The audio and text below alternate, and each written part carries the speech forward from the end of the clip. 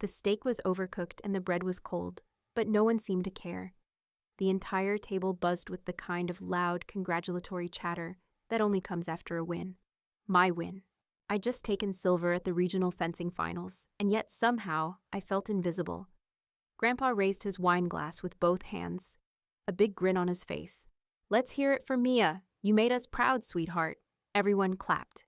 My dad even managed a tight-lipped smile. I forced one back. "Thanks, Grandpa." We were at some overpriced Italian place in Stamford, the kind that printed the menu daily and had 3 waiters hovering for no reason. I hated places like this. I always felt like I didn't belong, because, well, I didn't. Grandpa cleared his throat dramatically.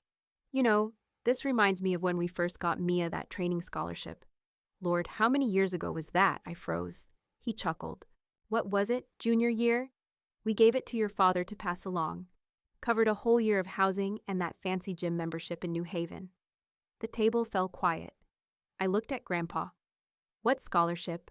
He blinked. "The one we set up through the Sports Foundation. Your father said it went straight to you. Covered your rent, training fees, all of it." I shook my head slowly. "I never got a scholarship." He frowned.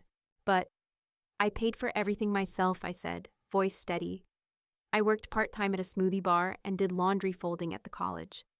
I lived in a converted garage with no heat. I've been scraping together gym fees for years." A beat of silence. Grandpa looked from me to my dad. "Is that true?" Dad shifted in his seat. There must have been a mix-up. We talked about it at the time. I thought." "You thought what?" I said, not raising my voice. Just calm, steady. "You told me once that if I wanted to train seriously, I'd need to learn how to mop floors first. I did, and then some." My cousin put her fork down. My mom stared at her water glass. "I thought you were living downtown," Aunt Lisa said quietly. "I couldn't afford downtown," I replied. "I couldn't even afford the bus most days." Grandpa leaned back, face hardening.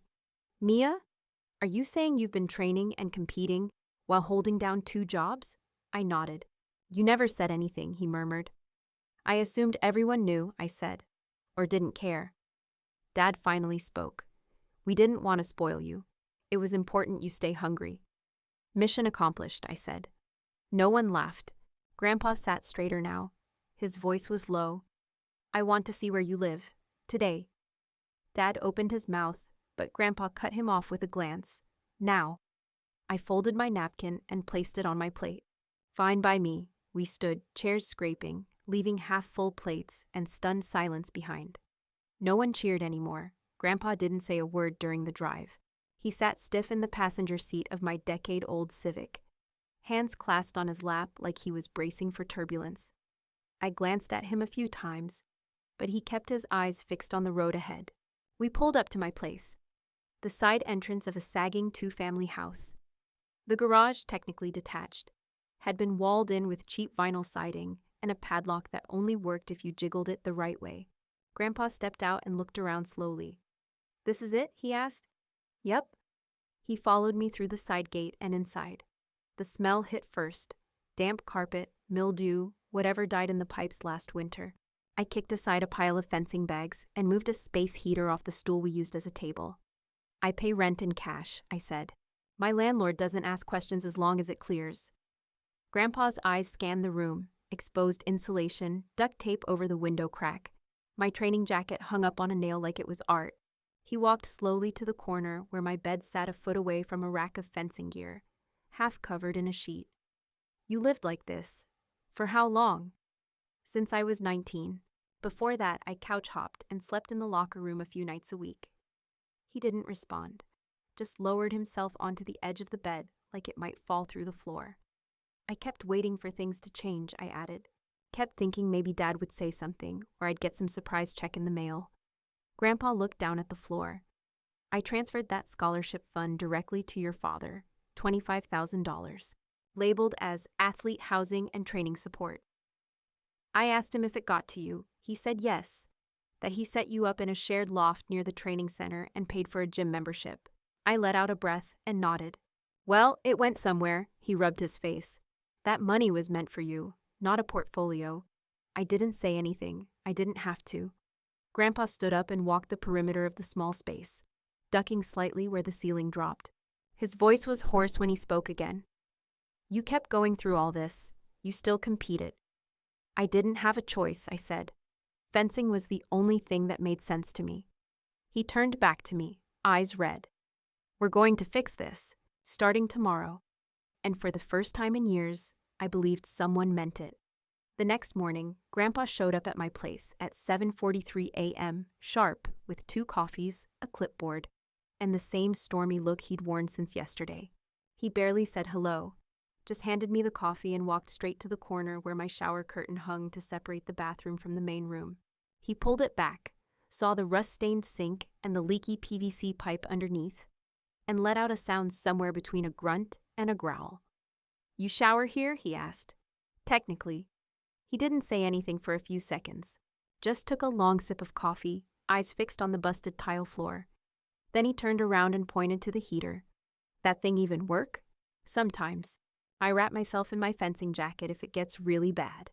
He muttered something I couldn't catch, then scribbled on his clipboard. I sat down on the edge of my bed, careful not to knock over the tower of gear bags next to it. Look, I'm not asking you to fix all this. I know, he said, still writing, but I am. He walked over to the rack where I kept my foils and masks, touching one of the blades gently like it was something sacred. These cost money. I repair them myself, use old parts. Sometimes buy used from kids aging out of juniors. He turned to me. You've been competing with hand-me-down weapons and living in a mold box while we all sat around thinking you were being independent. I didn't answer. There wasn't anything left to say. Then he pulled a folder out of his coat pocket. I want you to see this. He handed it to me. Inside were printed bank records from the foundation. His name, my dad's, transfer dates, amounts, everything. One transaction stood out. A lump sum from 6 years ago labeled Housing and Training Development Elite Track. It went straight to a business account in my dad's name. My jaw clenched. Development? Grandpa nodded grimly. That's what your father told me. Said he was managing your training personally. That the money was going toward a professional suite with coaching access, custom gear, even part-time housing staff. I laughed once. It was short and ugly. Coaching staff? I couldn't even afford ankle tape some months. He rubbed his temple. I asked him for progress reports back then. He emailed fake ones.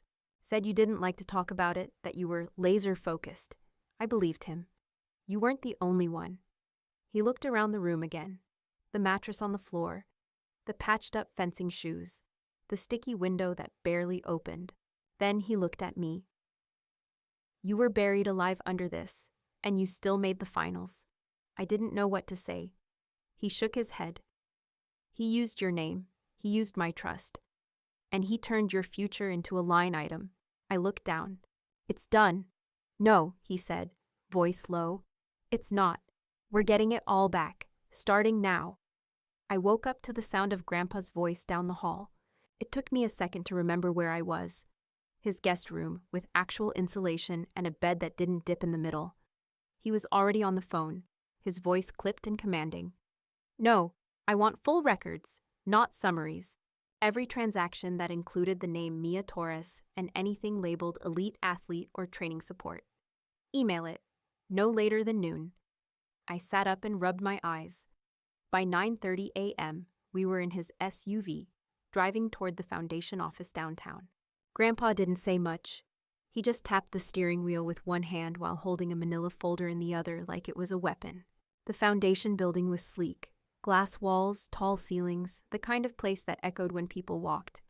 The receptionist smiled like she recognized Grandpa, which didn't surprise me.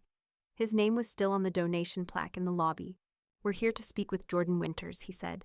I left a message this morning. We were led to a conference room where a man in a checkered dress shirt greeted us with nervous energy. Mr. Torres, Ms. Torres. Thanks for coming in on short notice. Grandpa sat down and opened the folder. Let's not waste time. Tell us where the money went. Jordan nodded quickly and pulled out a printout. According to our records, the foundation approved a special allocation of $25,000 6 years ago. It was listed as a restricted athlete development grant, categorized under elite housing and coaching access. The recipient of the funds was your son, Richard Torres. It was transferred into an account under his management, listed as Torres Training Initiative, LLC. Grandpa's face didn't move, but I saw his jaw tighten. Jordan continued tapping the paper. Then 1 month later, there was a second transfer. The entire amount, $25,000, was withdrawn and reinvested into a private facility account under the same LLC. That facility is registered in Fairfield and operates under the name Torres Competitive Center. That's my dad's business, I said flatly. Jordan nodded. Yes, it's listed with the state as a private training facility. We assumed you were training there. That was the intent. I've never set foot in that place. Jordan blinked. You haven't? Grandpa's voice cut in, sharp and cold. She's been living in a converted garage and working 2 jobs while he used her name to bankroll his startup. Jordan shifted uncomfortably.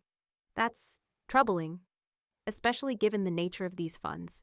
They were intended for athlete use only, directly, not as a business investment. Print it, Grandpa said. Everything.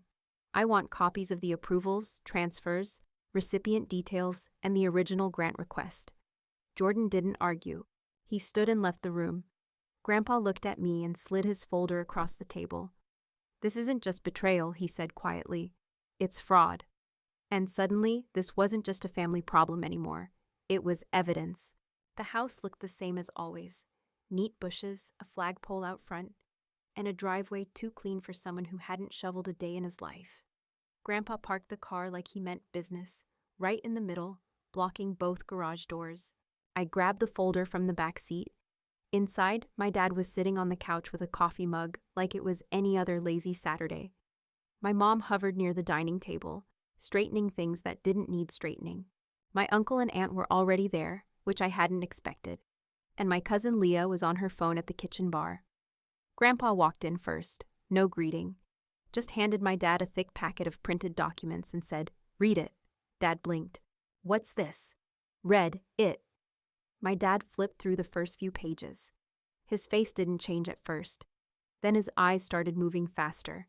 His hand went still halfway through a page. Mom moved toward him. "What's going on?" "Mia," Grandpa said without looking at me. "You explain." I stepped forward. My voice didn't shake. "That scholarship you told everyone I got? I never saw it. I lived in a moldy garage. I scrubbed sweat out of used fencing gloves every night. Meanwhile, Dad took the money, my money, and dumped it into a training facility he opened under his name." My cousin looked up from her phone. Grandpa added, "The records show the full amount, $25,000, was transferred to his LLC within 30 days. All done under the pretense of managing Mia's training." Dad opened his mouth. "I was trying to help." "You didn't help," I snapped. "You lied. You used me as a front for a business expense." "I didn't want you wasting it," he said, standing now. "That money would have been gone in 6 months if I let you blow it on gym fees and cheap apartments." I stared at him. "So instead, you spent it on your reputation." He threw up his hands. "I gave you a path. You wouldn't have made it this far without the discipline I taught you," I laughed. It came out bitter and loud. "Discipline? You told me to get a janitor job when I asked for coaching contacts. You watched me limp off courts and said nothing. And all this time, you let everyone believe you were backing me," Grandpa cut in, voice steel. "You told me you were managing her training. I trusted you. You told me she had housing. You told me the money went to her." "It did go to her," Dad said quickly. "Indirectly. The center—" "Stop." Grandpa held up a hand. "You don't get to spin this." He turned to Mom. "Did you know?" She shook her head, but didn't meet his eyes. Grandpa looked at all of them, then pointed to me. "She's the only one who earned anything in this room, and she did it with nothing." My dad opened his mouth again, but Grandpa held up the final page of the packet. "The foundation is being notified. The board will see this, and as of now, you're being removed from anything related to the Torres Sports Initiative." "What?" Dad barked. "You can't." "I can," Grandpa said. "I funded it. I built it. And now I'm reclaiming it." He looked at me and added, "And I'll repay every cent you should have had." The room fell silent. For once, no one had anything left to say. The next fencing club brunch was held at the Fairmont Ballroom, a once-a-month event where donors rubbed shoulders with coaches, and athletes dressed up in blazers and shaky confidence. I hadn't planned on attending, but Grandpa insisted. "This one matters," he said, handing me a pressed navy jacket that actually fit. I hadn't worn real heels in months, but I forced them on. Because he was right. This wasn't about medals. This was about setting things right, even if it left scorch marks. The ballroom buzzed with chatter and clinking glasses. A long buffet ran along the side wall. I spotted 3 of my old teammates, plus Coach Donna near the espresso machine. Everyone smiled when they saw Grandpa walk in. The man was practically royalty in this crowd. After some polite greetings, he tapped his glass and called the room to attention. A hush fell almost immediately. The old man had that kind of weight. I know we usually toast to the season's victories, he began, his voice steady, loud enough to cut across silverware and side conversations. But today's not that kind of toast. People chuckled uneasily. He held up a folded sheet of paper, not the kind you make speeches from, the kind you read to someone. Before we eat, I need to correct something. Years ago, I approved a housing and training scholarship through the Torres Foundation, intended for my granddaughter, Mia. Some people turned toward me, others straightened in their seats. That money was misappropriated, Grandpa said, scanning the crowd. It never reached her. She lived in unsafe conditions. She worked 2 jobs.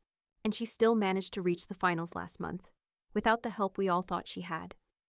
A ripple moved through the room. Coach Donna looked at me with wide eyes. Someone whispered behind a napkin. Grandpa nodded toward the head table. My father sat there, pale, silent, and cornered. I've removed Richard Torres from all foundation involvement. Effective immediately, Grandpa continued.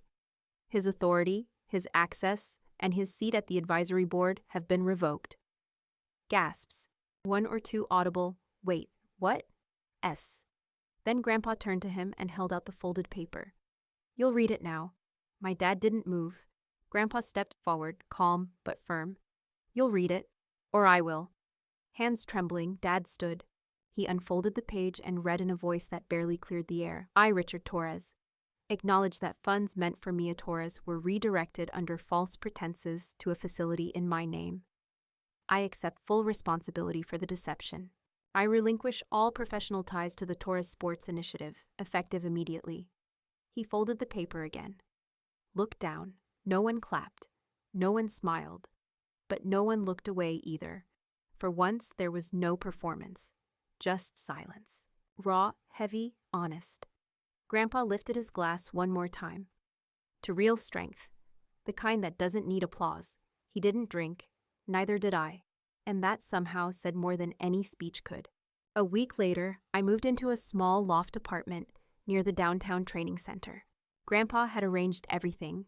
Lease co-signed, first 2 months covered, and a delivery crew already waiting when I arrived with 2 duffel bags and a pair of bruised sneakers. The walls were white, the windows wide, and the ceilings blessedly didn't leak. It was the first time I'd ever lived somewhere that smelled like paint and not mold. There was a note taped to the fridge. Start fresh. Build something that belongs to you. G. I stared at it for a long time before unpacking. The second night, I sat cross-legged on the living room floor surrounded by old sketches. Pages I hadn't looked at in years. Concept drawings for adaptive fencing gear. Designs I'd scribbled on napkins and tucked under mattresses. Chest straps for wheelchair fencers. Adjustable grips for tremor stability. Modular arm guards that could be 3D printed on a budget. Most people never saw them. I used to dream about starting a side project, maybe pitching them to a grant panel someday. But between working double shifts and scraping together entry fees, dreams like that felt like jokes. Now I had space, real space, a table, a laptop, and nothing hanging over me but time. Grandpa visited the next morning with a coffee and a spreadsheet. Found 3 grant programs for adaptive sports tech. One of them's accepting proposals next month. You really Googled all that? I asked. I called someone at the innovation board, he said, sipping his coffee. Turns out old donors still have a little pull. That afternoon, I set up a prototype table in the corner of the room and started cutting foam. I worked until midnight. Grandpa didn't say a word when he left, just patted my shoulder and turned the lights off on his way out. 3 days later, I got an email. A sports tech startup based in Boston had come across a public mock-up I posted on a fencing forum. Subject line: Are you the one behind the adjustable saber glove sketch? They wanted to talk. Not about investing, not yet, but about potential. about collaboration, about what it would take to make the idea real. I stared at the message for 5 minutes straight. Then I hit reply. That night, I stood by the window watching traffic roll past the corner of Main and Sutter. A kid walked by with a gym bag slung over one shoulder. A couple in matching windbreakers jogged past. I pressed my hand to the glass. This place wasn't big. It wasn't fancy. But it was mine. I picked up a marker and wrote on the whiteboard above my desk, Version 1. No funding, no staff, just guts. Then I circled it. The rebuild had begun, and this time, it was on my terms. 3 months later, I hosted my first brunch. Not a fencing event, not a medal celebration, just a quiet Sunday meal with people who actually wanted to be there.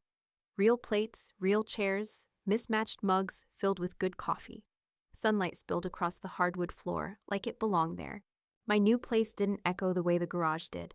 It had sound, soft, layered, warm. Grandpa showed up early, carrying a grocery bag and a tin of homemade scones. "You made these?" I asked, raising an eyebrow. "Bought 'em," he grunted, but I transferred them into a tin like a civilized man. I laughed and let him in. By noon, my cousin Leah arrived with a quiche and a bottle of juice she couldn't pronounce. Coach Donna stopped by too, bringing an old gear bag of mine she'd found tucked behind a cabinet at the club. "Still smells like victory and despair," she joked, handing it over. We all sat around the small dining table I'd picked up at a thrift store. Grandpa brought out the scones like he'd actually baked them. I didn't call him on it. Midway through coffee refills, Leah looked at the whiteboard on my wall. "Are those your fencing designs?" she asked. I nodded. "Prototypes. I've been testing them with the adaptive team on Wednesdays." She walked over and studied the sketches. "They look amazing, seriously. I didn't even know you were into this stuff," I smiled. I wasn't allowed to be before. Grandpa, sitting beside me, reached for my hand. "She was always into it," he said quietly.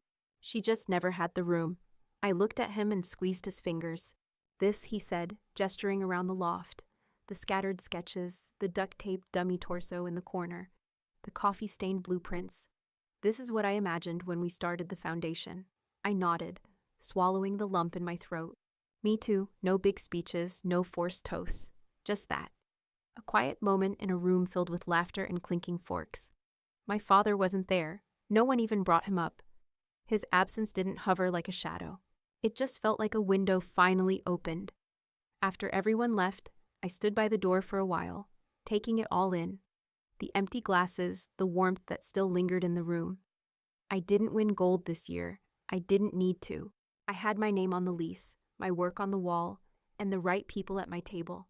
For the first time in a long, long time, I felt free.